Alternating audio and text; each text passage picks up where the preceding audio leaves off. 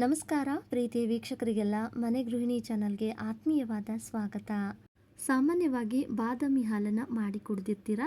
So ಇವತ್ತು ಅದೇ ರೀತಿಯಲ್ಲಿ ತುಂಬಾ ರುಚಿಯಾಗಿರ್ತಕ್ಕಂಥ ಹಾಗೆ ಪೌಷ್ಟಿಕವಾದ ಕ್ಯಾರೆಟ್ ಹಾಲು ರೆಸಿಪಿ ಮಾಡೋದು ಹೇಗೆ ಅಂತ ನೋಡೋಣ. ತುಂಬಾ ಸಿಂಪಲ್ ಆಗಿ 10 ನಿಮಿಷಗಳಲ್ಲೇ ಮಾಡ್ಕೊಳ್ಬೋದು. ರುಚಿ ಮಾತ್ರ ಎಕ್ಸ್ಟ್ರಾರ್ಡಿನರಿ ಆಗಿರುತ್ತೆ. ಇದಕ್ಕೆ ಏಲಕ್ಕಿ ಪುಡಿ ಅಥವಾ ಬಾದಾಮ್ ಪೌಡರ್ ಆಗಲಿ ಹಾಕೋ ಅವಶ್ಯಕತೆ ಇಲ್ಲ. ಹಾಗೆ ಸಕ್ಕರೆ ಕೂಡ ಬೇಡ. ಕ್ಯಾರೆಟ್ನಲ್ಲೇ ನೈಸರ್ಗಿಕವಾಗಿರ್ತಕ್ಕಂಥ ಒಳ್ಳೆ ಬಣ್ಣ, ಫ್ಲೇವರು ಮತ್ತು ಸ್ವಲ್ಪ ಸಿಹಿ ರುಚಿ ಇರೋದ್ರಿಂದ ಬೆಲ್ಲವನ್ನು ಕಡಿಮೆ ಬಳಸಿದ್ರು ಕೂಡ ಸಾಕು. ಸಖತ್ ರುಚಿ ಜೊತೆಗೆ ಪೌಷ್ಟಿಕವಾಗಿರ್ತಕ್ಕಂಥ ಕ್ಯಾರೆಟ್ ಹಾಲು ಮಾಡೋದು ಹೇಗೆ ಅಂತ ನೋಡೋಣ ಬನ್ನಿ. ಮೊದಲಿಗೆ ಈ ಬಟ್ಲಾತೆಯಲ್ಲಿ 1/4 ಬಟ್ಲಾಗುವಷ್ಟು ಸಣ್ಣ ಸಾಬುದಾಣಿನ ತೊಗೊಂಡಿದ್ದೀನಿ. ನಿಮ್ಮ ಹತ್ರ ದಪ್ಪ ಸಾಬುದಾಣಿ ಇದ್ದರೆ ಅದನ್ನು ಕೂಡ ಉಪಯೋಗ ಮಾಡ್ಬೋದು. ನೀರು ಹಾಕಿ ಒಂದೆರಡು ಸತಿ ಚೆನ್ನಾಗಿ ತೊಳೆದು ಪುನಃ ಇದಕ್ಕೆ ಸ್ವಲ್ಪ ನೀರು ಹಾಕಿ ಒಂದು ಅರ್ಧ ಗಂಟೆ ನೆನೆಸಿ ತಗೊಳ್ತಾ ಇದ್ದೀನಿ. ಜಾಸ್ತಿ ನೀರು ಹಾಕೋಕ್ಕೆ ಹೋಗ್ಬೇಡಿ. ಸೊ ನೋಡ್ತಾ ಇದ್ದಿಲ್ಲ ಇಷ್ಟು ನೀರನ್ನು ಹಾಕಿ ಅರ್ಧ ಗಂಟೆ ನೆನೆಸಿದ್ರೆ ತುಂಬಾ ಬಿಡಿ ಬಿಡಿ ಆಗಿರ್ತಕ್ಕಂಥ ಸಾಬುದಾಣಿ ನೆಂದು ಅರಳಿ ಚೆನ್ನಾಗಿ ಬರುತ್ತೆ. ತೀರಾ ಸಾಫ್ಟಾಗಿ ನೆನಿಬೇಕು ಅಂತೇನಿಲ್ಲ. ನೋಡ್ತಾ ಇದ್ದಿಲ್ಲ ಈ ಥರ ಉದುರುದ್ರಾಗಿ ಸಾಬುದಾಣಿ ಅನ್ನೋದು ನೆಂದಿದೆ. ಇಲ್ಲಿ 4 ಮೀಡಿಯಮ್ ಸೈಜ್ ಇರ್ತಕ್ಕಂಥ ಕ್ಯಾರೆಟನ್ನು ಈ ಥರ ಸಣ್ಣದಾಗಿ ಕಟ್ ಮಾಡಿ ಕುಕ್ಕರ್ ಪಾತ್ರೆಗೆ ಸೇರಿಸಿ ಇದಕ್ಕೆ 1 ಬಟ್ಲಾಗುವಷ್ಟು ಹಾಲು ಹಾಗೆ ಅರ್ಧ ಬಟ್ಲಾಗುವಷ್ಟು ನೀರನ್ನು ಸೇರಿಸಿ ಕುಕ್ಕರ್ ಮುಚ್ಚಳನ ಮುಚ್ಚಿ ಗ್ಯಾಸನ್ನು ಮೀಡಿಯಮ್ ಫ್ಲೇಮ್ನಲ್ಲಿಟ್ಟು ಸರಿಸುಮಾರು ಒಂದು 4 ವಿಷಲ್ ಬರೋವರೆಗೂ ಈ ಒಂದು ಕ್ಯಾರೆಟನ್ನು ಚೆನ್ನಾಗಿ ಬೇಯಿಸ್ಕೊಳ್ತಾ ಇದ್ದೀನಿ. ಸೊ ನೋಡಿ ಇವಾಗ ಕುಕ್ಕರ್ ಪ್ರೆಷರ್ ಪೂರ್ತಿಯಾಗಿ ಇಳಿದ ಮೇಲೆ ಮುಚ್ಚಳನ ತೆರೆದು ಹಾಲಲ್ಲಿ ಕ್ಯಾರೆಟು ಚೆನ್ನಾಗಿ ಬೆಂದಿದೆ. ಇವಾಗ ಈ ಹಾಲನ್ನು ಶೋಧಿಸಿಕೊಂಡು ಕ್ಯಾರೆಟು ಸ್ವಲ್ಪ ಬಿಸಿ ಕಡಿಮೆ ಆದಮೇಲೆ ಮಿಕ್ಸರ್ ಜಾರ್ಗೆ ಸೇರಿಸಿ ಈ ಕುದಿಸಿರ್ತಕ್ಕಂಥ ಹಾಲನ್ನೇ ಸ್ವಲ್ಪ ಸೇರಿಸ್ತಾ ಕ್ಯಾರೆಟನ್ನು ನೈಸಾಗಿ ಗ್ರೈಂಡ್ ಮಾಡ್ಕೊಳ್ಬೇಕಾಗುತ್ತೆ. ಇಲ್ಲಿ ಒಂದು ಬಟ್ಲಲ್ಲಿ ಹಾಲನ್ನು ತೆಗೆದಿಟ್ಕೊಂಡಿದ್ದೀನಿ. ಹಾಗೆ ಮಿಕ್ಸರ್ ಜಾರಲ್ಲಿ ಕ್ಯಾರೆಟನ್ನು ಕೂಡ ಸೇರಿಸಿ ಇದ್ರ ಜೊತೆಗೆ ನೆನೆಸಿಟ್ಟಿರ್ತಕ್ಕಂಥ ಬಾದಾಮಿ ಹಾಗೆ ಗೋಡಂಬಿನ ಸೇರಿಸ್ತಾ ಇದ್ದೀನಿ. ಒಂದು 10ರಿಂದ 15 ಬಾದಾಮಿ ಹಾಗೆ ಒಂದು 7ರಿಂದ 8 ಗೋಡಂಬಿನ ನೆನೆಸಿ ತಗೊಂಡಿದ್ದೆ.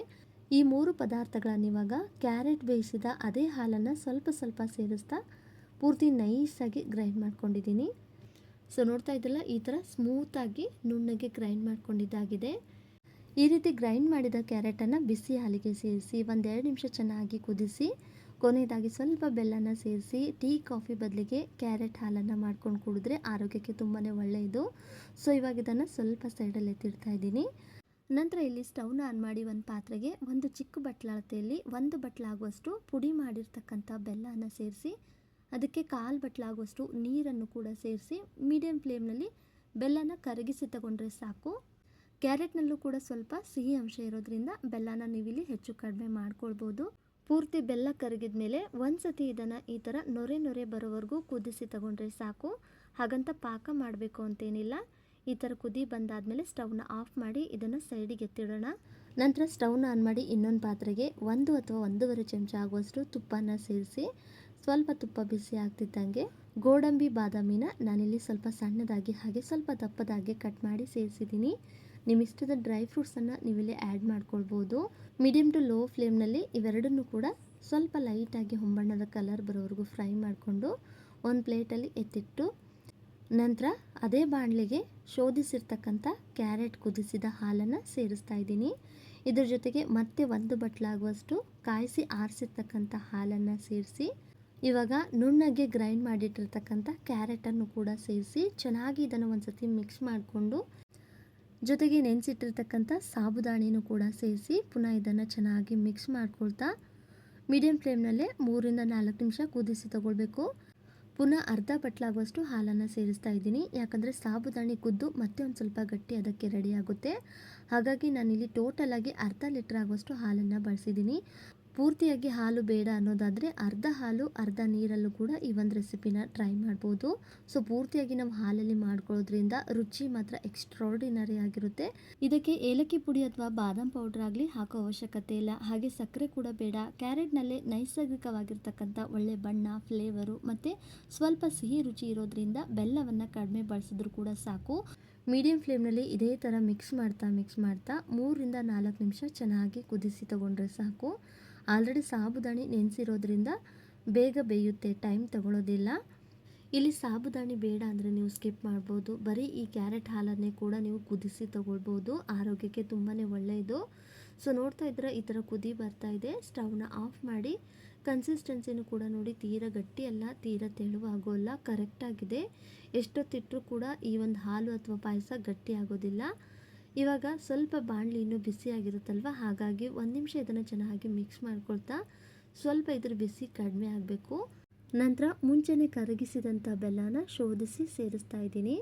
ತೀರಾ ಬಿಸಿ ಬಿಸಿ ಇರುವಾಗಲೇ ಈ ಬೆಲ್ಲನ ಸೇರಿಸಿದ್ರೆ ಒಂದೊಂದು ಸತಿ ಹಾಲು ಒಡೆಯೋ ಚಾನ್ಸಸ್ ಇರುತ್ತೆ. ಹಾಗಾಗಿ ಸ್ವಲ್ಪ ಬಿಸಿ ಕಡಿಮೆ ಆದಮೇಲೆ ಈ ಒಂದು ಬೆಲ್ಲನ ಸೇರಿಸಿ ಚೆನ್ನಾಗಿ ಒಂದು ಸತಿ ಮಿಕ್ಸ್ ಮಾಡಿಕೊಂಡು ಕೊನೆಯದಾಗಿ ತುಪ್ಪದಲ್ಲಿ ಹುರಿದ ಡ್ರೈ ಫ್ರೂಟ್ಸನ್ನು ಆ್ಯಡ್ ಮಾಡಿದ್ರೆ ಸಾಕು. ಬಾದಾಮಿ ಹಾಲಿನಷ್ಟೇ ರುಚಿಯಾಗಿರ್ತಕ್ಕಂಥ ಆರೋಗ್ಯಕರ ಕ್ಯಾರೆಟ್ ಹಾಲು ರೆಡಿಯಾಗಿದೆ. ಇಲ್ಲಿ ಕ್ಯಾರೆಟ್ನಲ್ಲಿ ನ್ಯಾಚುರಲ್ ಆಗಿರ್ತಕ್ಕಂಥ ಸ್ವಲ್ಪ ಸಿಹಿ ಅಂಶ ಹಾಗೆ ಫ್ಲೇವರ್ ಕೂಡ ಇರೋದ್ರಿಂದ ಯಾವುದೇ ಏಲಕ್ಕಿ ಪುಡಿ ಆಗಲಿ ಹಾಗೆ ಬೆಲ್ಲನೂ ಕೂಡ ಜಾಸ್ತಿ ಬಳಸಿಲ್ಲ. ನಿಮ್ಮ ರುಚಿಗೆ ತಕ್ಕಂತೆ ಈ ಒಂದು ಕ್ಯಾರೆಟ್ ಹಾಲನ್ನು ರೆಡಿ ಮಾಡ್ಕೊಳ್ಳಿ. ಇದನ್ನು ಹೀಗೆ ಬಿಸಿ ಬಿಸಿ ಇರಬೇಕಾದ್ರೂ ಕೂಡ ಕುಡಿಬೋದು, ಇಲ್ಲ ಸ್ವಲ್ಪ ತಣ್ಣಗೆ ಚಿಲ್ ಮಾಡಿ ಕುಡಿತೀನಿ ಅನ್ನೋದಾದರೂ ಕೂಡ ಕುಡಿಬೋದು. ಇಷ್ಟೇ ಸಿಂಪಲ್ಲು ಸ್ನೇಹಿತರೆ. ಸಾಬುದಾಣಿನ ಅರ್ಧ ಗಂಟೆ ನೆನೆಸಿಟ್ರೆ ಸಾಕು, ಕೇವಲ 10 ನಿಮಿಷಗಳಲ್ಲೇ ಈ ಕ್ಯಾರೆಟ್ ಹಾಲನ್ನು ರೆಡಿ ಮಾಡ್ಕೊಳ್ಬೋದು. ಕ್ಯಾರೆಟ್ನಲ್ಲಿರುವ ವಿಟಮಿನ್ ಎ ಕಣ್ಣು ಮತ್ತು ಚರ್ಮದ ಆರೋಗ್ಯಕ್ಕೆ ತುಂಬಾ ಒಳ್ಳೆಯದು. ಅಷ್ಟೇ ಅಲ್ಲ, ಸಬ್ಬಕ್ಕಿ ನಮ್ಮ ದೇಹಕ್ಕೆ ಶಕ್ತಿನೂ ಕೂಡ ಕೊಡುತ್ತೆ. ಹಾಲಿನಿಂದ ಕ್ಯಾಲ್ಸಿಯಂ ಮತ್ತು ಪ್ರೋಟೀನ್ ಕೂಡ ಸಿಗುತ್ತೆ. ಜೊತೆಗೆ ನಾವಿಲ್ಲಿ ಬೆಲ್ಲ ಮತ್ತು ಡ್ರೈ ಫ್ರೂಟ್ಸನ್ನು ಕೂಡ ಬಳಸಿರೋದ್ರಿಂದ ಈ ಕ್ಯಾರೆಟ್ ಹಾಲು ರುಚಿಯ ಜೊತೆಗೆ ಪೌಷ್ಟಿಕವಾಗೂ ಕೂಡ ಇರುತ್ತೆ. ಆರೋಗ್ಯಕ್ಕೆ ತುಂಬಾ ಒಳ್ಳೆಯದು.